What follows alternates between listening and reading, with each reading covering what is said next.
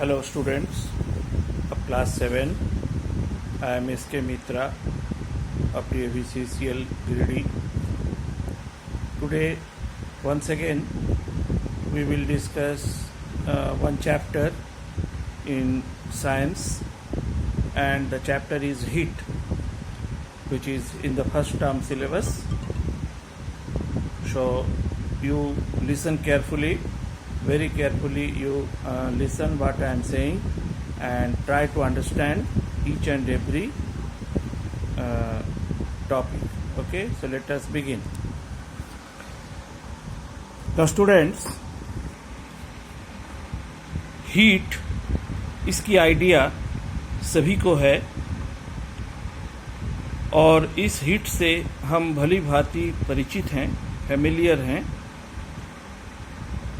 क्योंकि हम दो तरह की मौसम को फील करते हैं, that is hot and cold. गर्मियों में हमें गर्मी लगती है यानी टेम्परेचर हॉट होती है, और सर्दियों में हमें काफ़ी ठंड लगती है तो टेम्परेचर उस समय कोल्ड होती है. तो ये जो अनुभूति हमारी है, सेंसेशन जिसको कह रहे हैं हम, ये सेंसेशन हॉट और कोल्ड के साथ हमारी बहुत अच्छी अनुभूति है. हम आसानी से समझ सकते हैं और पहचान सकते हैं हॉट और कोल्ड दोनों को. तो जब कहीं पर किसी जगह की टेम्परेचर हॉट होती है, मतलब वहाँ गर्म महसूस करते हैं, तो वहाँ की टेम्परेचर को हम कहते हैं टेम्परेचर इज़ हॉट, और जहाँ पर हम ठंड महसूस करते हैं वहाँ हम कहते हैं कि टेम्परेचर इज़ लो. ये टेम्परेचर क्या है? टेम्परेचर है गर्मी को, मतलब हीट को नापने का एक जरिया. डिग्री ऑफ हॉटनेस और कोल्डनेस, अगर गर्म है तो कितनी गर्म है और अगर ठंडी है तो कितनी ठंड है, तो इस चीज़ों को हम डिग्री ऑफ हॉटनेस कहते हैं, और उसी को एक दूसरा टर्म टेम्परेचर से हम जान सकते हैं. तो क्या कह रहा है? We express the degree of hotness of a body do its temperature through its temperature. किसी बॉडी के हीट को कितनी वो गर्म है, इसको जब हम नापते हैं तो हम उसकी टेम्परेचर को नापते हैं. The more the temperature of a body the hotter it is, and vice versa. यानी जितनी ज़्यादा वो हॉट होगा उसकी टेम्परेचर उतनी ही अधिक होगा, और जितनी कम वो हॉट होगा उसकी टेम्परेचर उतना ही कम होगा.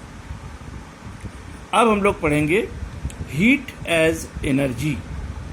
हीट को हम एनर्जी कहते हैं. क्यों कहते हैं हीट एज ए एनर्जी? तो देखो,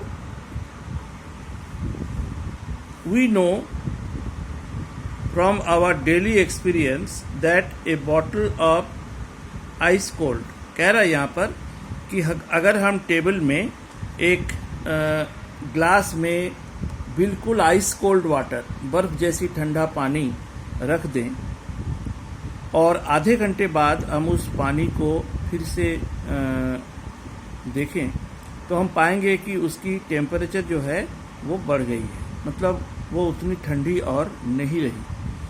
सिमिलरली अगर हम एक कप गर्म मिल्क या टी को टेबल पे रख दें और 15-20 मिनट के बाद हम उसको पिए, तो हम पाएंगे कि वो ठंडी हो चुकी है, उसकी टेम्परेचर घट गई है. तो ठंडी पानी का टेम्परेचर बढ़ना या गर्म दूध या चाय का टेम्परेचर घटना, ये ऐसा क्यों हो रहा है? इसमें क्या चेंजेस हो रही है जिसके कारण ठंडा पानी का टेम्परेचर बढ़ जा रही है और गर्म दूध का टेम्परेचर घट जा रही है? तो उसी को यहाँ बताया है कि जब हम ठंडा पानी को रखे थे तो उस समय बाहर की जो टेम्परेचर थी एटमॉस्फेयर की, वो गर्म थी. तो वहाँ से टेम्परेचर क्या हुआ, हीट क्या हुआ, उस पानी के तरफ फ्लो हुआ और पानी के टेम्परेचर को वो बढ़ाया. और जब हम गर्म दूध रखे थे कप में, तो वहाँ पर दूध की टेम्परेचर ज़्यादा थी, दूध ज़्यादा गर्म था और एटमॉस्फेयर कम गर्म था, तो उस समय दूध से हीट निकलकर एटमॉस्फेयर में चला गया। यानी हीट यहाँ ट्रांसफ़र हो रही है, पहली बार एटमॉस्फेयर से वाटर में और दूसरी बार दूध से एटमॉस्फेयर में। तो ये जो ट्रांसफ़र हो रही है, उस ट्रांसफ़र तब तक वो ट्रांसफ़र होती है जब तक ना दोनों का टेम्परेचर एक हो जाए। अगर रूम की टेम्परेचर 30 डिग्री है, जब हम पानी को निकाले थे पानी का टेम्परेचर अगर 10 डिग्री है, ठंडा पानी, तो हीट तब तक उस पानी में आता रहेगा जब तक ना पानी का टेम्परेचर 30 डिग्री हो जाए, यानी दोनों की टेम्परेचर 30 डिग्री हो जाए, सेम हो जाए। सिमिलरली अगर हम गर्म दूध रखे थे, मान लेते हैं उसकी टेम्परेचर 70 डिग्री था और बाहर का टेम्परेचर 30 डिग्री था, तो दूध से हीट तब तक निकलती रहेगी और एटमॉस्फेयर में जाती रहेगी जब तक ना दूध का टेम्परेचर 30 डिग्री हो जाए। तब समझ गए हो कि हीट ट्रांसफ़र होती है from one body to another, और वो नॉर्मली हॉटर से कोल्डर की ओर ट्रांसफ़र होती है। पहले एटमॉस्फेयर हॉट था, पानी ठंडा था, तो एटमॉस्फेयर से पानी की ओर हीट का फ्लो हुआ। अब दूध जो है वो गर्म है, हॉट है, और एटमॉस्फेयर उससे ठंडा है, तो दूध से हीट एटमॉस्फेयर की तरफ ट्रांसफ़र हुई। तो हीट ट्रांसफ़र होती है from hotter body to colder body. कब तक होती है? Till the temperature of both the body become equal, जब तक ना दोनों का टेम्परेचर इक्वल हो जाए। तो ये जो ट्रांसफ़र हो रही है हीट, इसी को हम कहते हैं transfer in the form of energy. तो हीट को इसलिए हम कह रहे हैं heat is a form of energy which transfer from one body to another body, and it always transfer from hotter body to colder body. ठीक है, यहाँ कह रहा है heat is a form of energy, ठीक है, जिसको हम थर्मल एनर्जी की नाम से भी जानते हैं, that is transferred from one body to another due to existence of a temperature difference. ये ट्रांसफर कब होगी? जब दोनों बॉडी में टेम्परेचर की डिफरेंस होगी, यानी एक का ज़्यादा टेम्परेचर होगा और एक का कम होगा, तब ये ट्रांसफर होगी। ट्रांसफर ऑफ हीट एनर्जी यानी thermal energy always takes place from the body at higher temperature to that at lower temperature. जो मैंने पहले बताया कि हॉटर बॉडी से कोल्डर बॉडी की ओर हीट की ट्रांसफर होती है। अंडरस्टूड? अब यहाँ पर हम देखेंगे कि हीट को हम अगर चाहें तो एनर्जी के दूसरे फॉर्म में भी बदल सकते हैं। एनर्जी की कई फॉर्म होती है, तो हीट को हम दूसरे फॉर्म में बदल सकते हैं। उसके लिए यहाँ क्या दिखाया गया है कि हम एक कंटेनर में पानी ले लिए हैं, उसको गैस पे चढ़ा दिए हैं और उस कंटेनर पे एक हल्का सा, ज़्यादा भारी ना हो, एक हल्का सा ढक्कन से ढक दिए। थोड़ी देर में क्या होगी? थोड़ी देर में पानी बॉयल होने लगेगी, और जैसे ही पानी बॉयल होना शुरू होगा तो पानी से वेपर निकलेगी, और हम क्या देखेंगे कि ये ऊपर की जो ढक्कन है ये धीरे धीरे थोड़ी थोड़ी ऊपर की ओर आने लगेगी, और बहुत ज़्यादा फोर्स पे जब ये ऊपर आएगी तो हो सकता है ये नीचे गिर भी जाए। यानी इसके अंदर जो स्टीम बनी है वो स्टीम क्या कर रही है? इस लीड को, इस ढक्कन को पुश कर रही है और उसको गिरा दे रही है। तो ये जो एनर्जी हुई, मतलब जिससे ये ढक्कन जो है वो मूव कर रही है, दैट इज मैकेनिकल एनर्जी। ठीक है, तो हम यहाँ कह सकते हैं कि heat energy is changing into mechanical energy. इसी कंसेप्ट को सबसे पहले जेम्स वाट ने इस्तेमाल किया था, जो तुम सबको मालूम होगा, और जिसके आधार पर उसने क्या बनाया था? उसने स्टीम इंजन बनाया था, जिसमें वाटर से स्टीम प्रोड्यूस करके उस स्टीम की मदद से उन्होंने इंजन चलाया था। यानी स्टीम में बहुत हीट होती है और उस हीट से हम मैकेनिकल एनर्जी प्रोड्यूस कर सकते हैं, मतलब कन्वर्ट कर सकते हैं उसको। यहाँ डू यू नो में देखो एक बात लिखी है कि पहले ज़माने में, बहुत पहले, हीट को लिक्विड माना जाता था। ठीक है, अजीब सी बात है, हीट को हम लोग अभी एनर्जी कह रहे हैं, लेकिन उस समय हीट को लिक्विड, फ्लूइड माना जाता था, और जिसको ये माना जाता था कि वेटलेस फ्लूइड, फ्लूइड है लेकिन कोई वजन नहीं है, और ये फ्लो करता था from a hotter body to colder body. ऐसी एक धारणा थी कि हीट एक तरह का फ्लूइड है जो हॉटर बॉडी से कोल्डर बॉडी की तरफ बहती है, और उस हीट का नाम दिया गया था कैलोरीफिक। लेकिन बाद में साइंटिस्ट लोगों ने इस बात को सिद्ध कर दिए, इस बात को प्रूफ कर दिए कि heat is not any fluid but it is a form of energy. Heat कोई फ्लूइड नहीं है, but it is just a form of energy. Okay, अब हम लोग देखेंगे हीट एंड टेम्परेचर। हीट, किसी भी बॉडी में कितनी हीट है उसको जब हम नापना चाहें, मेजर करना चाहें, तो हम टेम्परेचर मेजर करते हैं, जिसको हम पहले बताए थे degree of hotness. We often observe that when we heat a body its temperature rises. जब हम किसी बॉडी को गर्म करते हैं तो उसकी टेम्परेचर जो है वो बढ़ती है। This indicates that heat and temperature are related to each other. इससे ये पता चलता है कि हीट और टेम्परेचर में एक रिलेशन है, हीट बढ़ने पर टेम्परेचर बढ़ती है। Heat is the energy of a body that is due to the motion of its constituent particle. हर एक बॉडी के अंदर पार्टिकल्स होती है, और किसी भी बॉडी में जो हीट होती है वो किस लिए होती है कि उसके अंदर की जो पार्टिकल्स है वो कॉन्स्टेंटली मूव करती है ना। मूवमेंट के कारण, मॉलिक्यूल्स की मूवमेंट के कारण हीट होती है, और ये टेम्परेचर जितनी बढ़ती है इसकी मूवमेंट उतनी अधिक होती है। Temperature on the other hand is just an indicator of this energy. Temperature क्या होता है कि किसी बॉडी में कितनी हीट है उसका इंडिकेशन वो देता है। ठीक है, उसको इंडिकेट करता है। Even a cold object possess heat energy due to the motion of its particle. एक कोल्ड बॉडी में भी हीट एनर्जी होती है लेकिन कम होती है, हॉट बॉडी में ज़्यादा होती है। इसलिए कोल्ड बॉडी की टेम्परेचर कम होती है और हॉट बॉडी की टेम्परेचर ज़्यादा होती है। ठीक है, इसके बाद हम आते हैं इफेक्ट्स ऑफ हीट।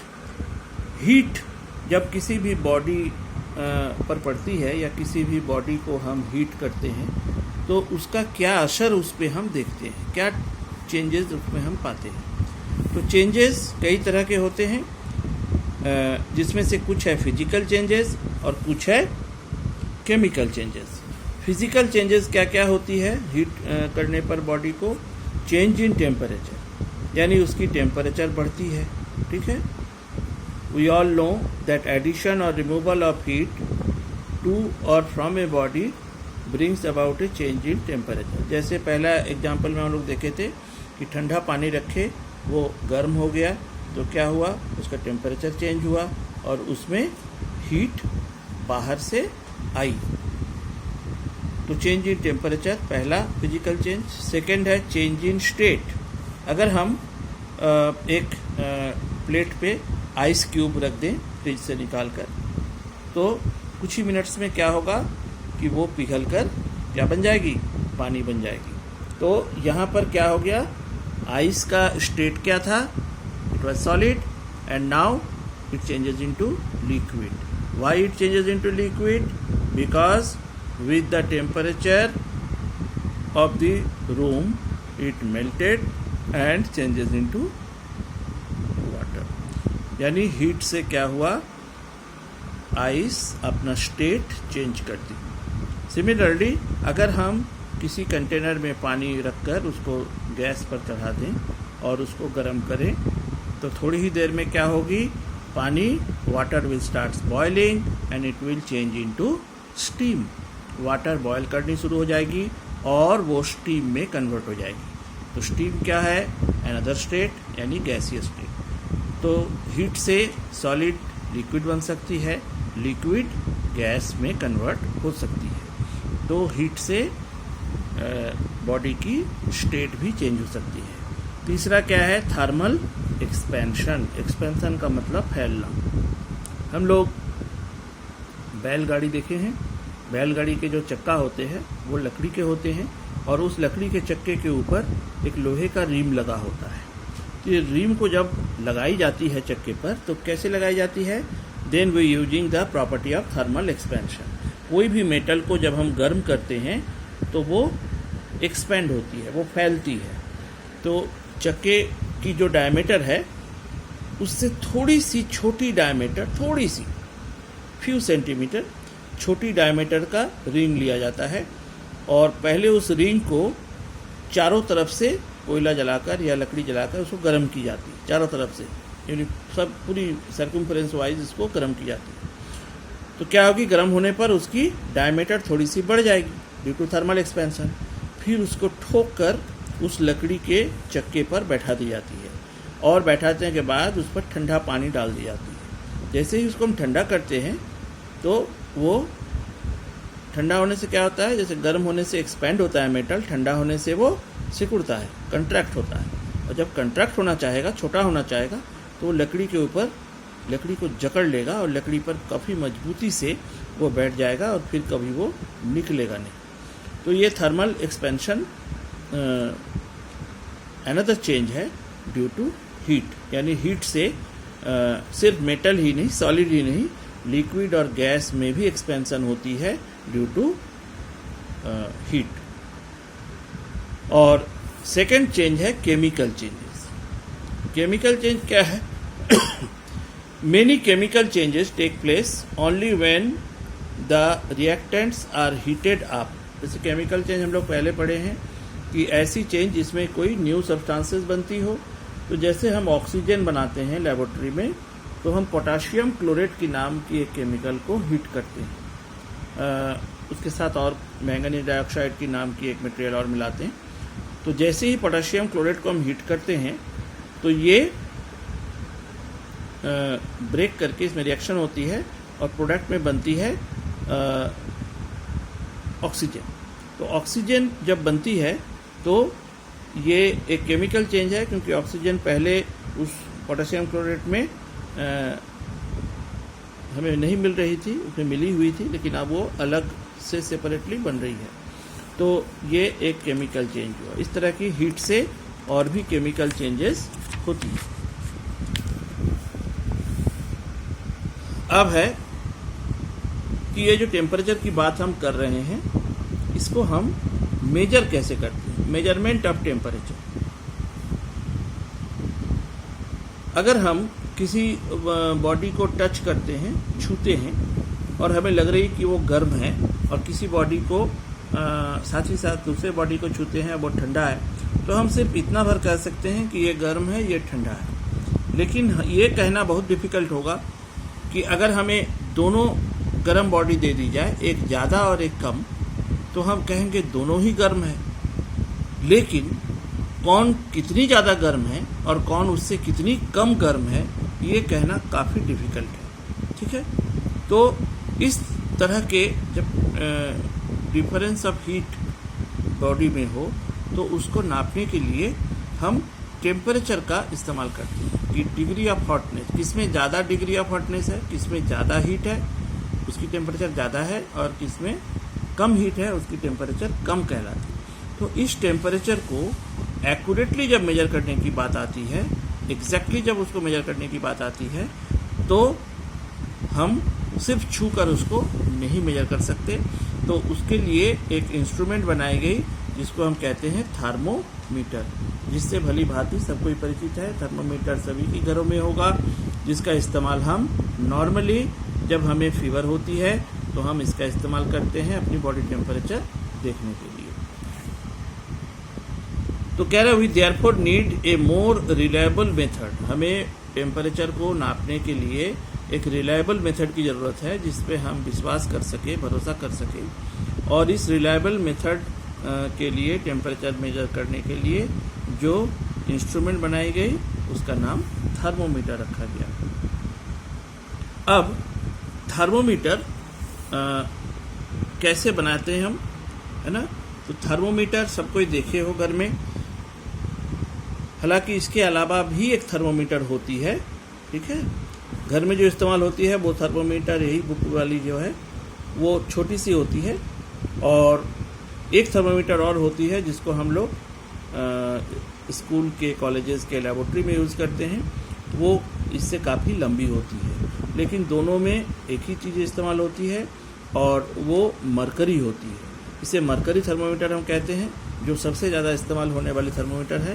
हालांकि इसके अलावा भी कुछ थर्मोमीटर्स होते हैं, लेकिन मरकरी थर्मोमीटर सबसे कॉमन है, सबसे ज़्यादा इस्तेमाल होने वाली थर्मोमीटर है। इसमें होता क्या है कि इसके अंदर, अगर हम थर्मोमीटर घर में जो इस्तेमाल करते हैं उसको देखें तो एक बड़ी सी मोटी सी ट्यूब है और उसके अंदर हम देखेंगे एक पतली सी ट्यूब है।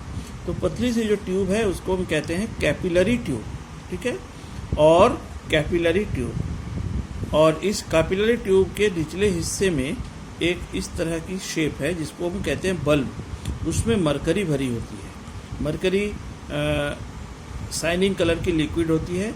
जब भी थर्मोमीटर को हम देखेंगे तो ये निचले वाला पोर्शन जो है ये चमकता है, तो ये चमक जो होती है वो मरकरी की होती है, ठीक है। और मरकरी एक ऐसी लिक्विड है जो थोड़ी सी हीट पाते ही वो एक्सपेंड करता है। थर्मल एक्सपेंशन पढ़ते हैं हम लोग।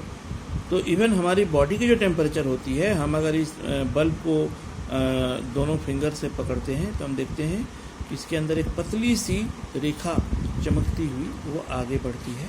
तो वो कैपिलरी ट्यूब के अंदर की बहुत ही फाइन एक होल है ना, जिस होल से ये मरकरी ऊपर चढ़ती है।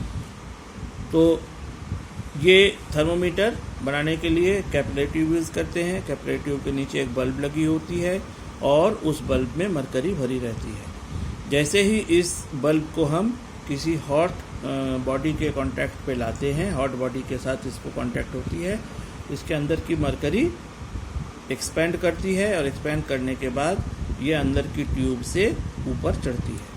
और इस थर्मोमीटर में स्केल बनी होती है जिस स्केल से हम उसका रीडिंग देखते हैं। तो ये स्केल बनाते हम कैसे हैं, तो ये स्केल को बनाने से पहले सबसे पहले एक सबसे मिनिमम टेम्परेचर और एक मैक्सिमम टेम्परेचर, ये दो फिक्स करते हैं हम। इसे कहते हैं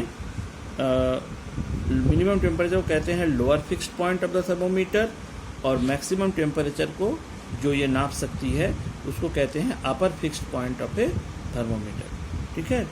तो ये लोअर और अपर फिक्स्ड पॉइंट को मार्क करने के बाद इस दोनों के बीच का जो पार्ट है उसको हम इक्वल डिवीज़न में डिवाइड कर देते हैं, बांट देते हैं। तो घर में इस्तेमाल होने वाले थर्मोमीटर हम देखे हैं कि थर्मोमीटर में जो स्केल हम बनाते हैं वो दो तरह की स्केल होती है। एक कहलाती है उस पर हम लोग आते हैं। तो ये थर्मोमीटर की बनावट हम समझा दिए। अब हम लोग आते हैं reading of a thermometer. For measurement purpose the temperature scale is calibrated to assign numerical value. ये तो हम बता दिए कि एक लोअर फिक्स्ड पॉइंट हम सेट करते हैं और एक अपर फिक्स्ड पॉइंट सेट करते हैं, और इन दोनों के बीच के पार्ट को हम इक्वली डिवाइड कर देते हैं। और इस लोअर फिक्स्ड पॉइंट और अपर फिक्स्ड पॉइंट को हम कहते हैं रेंज ऑफ द थर्मोमीटर, ठीक है। अब ये थर्मोमीटर में दो तरह का स्केल यूज करते हैं, two type of scale that have been in common use, and the name of the scales are Fahrenheit and Celsius. एक होता है फ़ारेनहाइट स्केल, एक होता है सेल्सियस स्केल। किसी किसी थर्मोमीटर में देखोगे जो घर में हम यूज़ करते हैं उसमें डिग्री सी और डिग्री एफ लिखा रहता है। तो डिग्री एफ जो है वो फ़ारेनहाइट स्केल है और डिग्री सी जो है वो सेल्सियस स्केल है। हालांकि सेल्सियस स्केल ज़्यादातर यूज़ होती है, लेकिन घर वाले जो फीवर देखने के लिए थर्मोमीटर में यूज़ करते हैं वो फ़ारेनहाइट स्केल में इस्तेमाल की जाती है। तो ये दो तरह की स्केल है थर्मोमीटर की। जिसका इस्तेमाल करके हम बॉडी की टेम्परेचर मेजर करते हैं। लेबोरेटरी में जो थर्मोमीटर यूज़ करते हैं हम, उसका जो मिनिमम और मैक्सिमम टेम्परेचर होता है, जिसको lower fix point, upper fix point कह रहे हैं हम, मिनिमम होती है -10 डिग्री सेल्सियस और मैक्सिमम होती है 110 डिग्री सेल्सियस। ठीक है।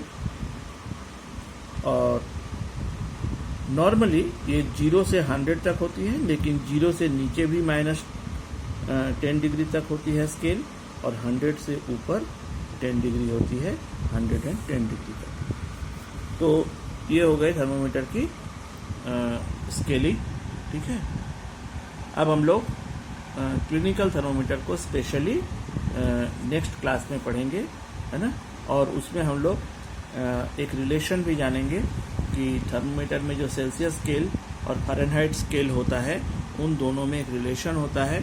उस रिलेशन का फॉर्मूला होता है, उस फार्मूला को हम जानेंगे, जिसकी मदद से हम, अगर हमें टेम्परेचर सेल्सियस स्केल में दे दी जाए तो हम उसको फ़ारेनहाइट में चेंज कर सकते हैं, और फ़ारेनहाइट से सेल्सियस में चेंज कर सकते हैं। तो आज हमारी यहीं तक हम ख़त्म करेंगे चैप्टर को।